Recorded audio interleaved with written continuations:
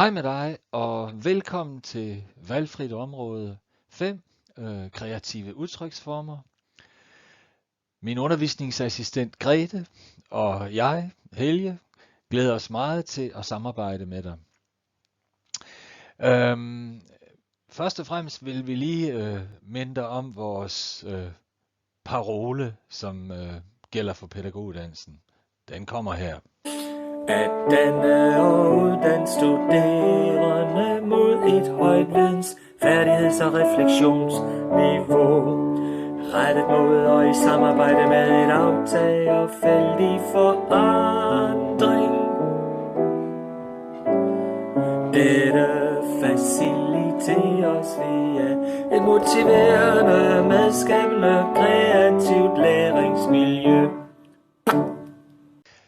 Kreative udtryksformer, det dækker jo over mangt og meget.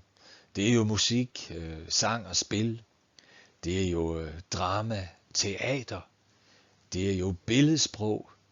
Det er jo dans og bevægelse. Og så er det jo sproglige, narrative udtryk. Du vil få smagt på det hele, men så skal du så fordybe dig i noget af det.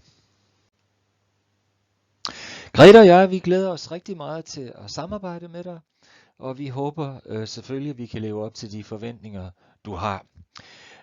For at vi kan få et indblik i både dine erfaringer, men også dine forventninger, så vil vi gerne have, at du går ind på Blackboard, finder 16F kreative udtryksformer, finder undervisningsmateriale og klikker under mine forventninger.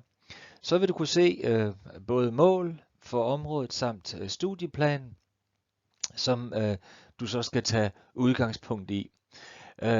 Og det vil være fint, hvis du kan lave det inden den 4. december, senest den 4. december. Og jeg glæder mig rigtig meget til, at vi skal starte med at være sammen i lang tid.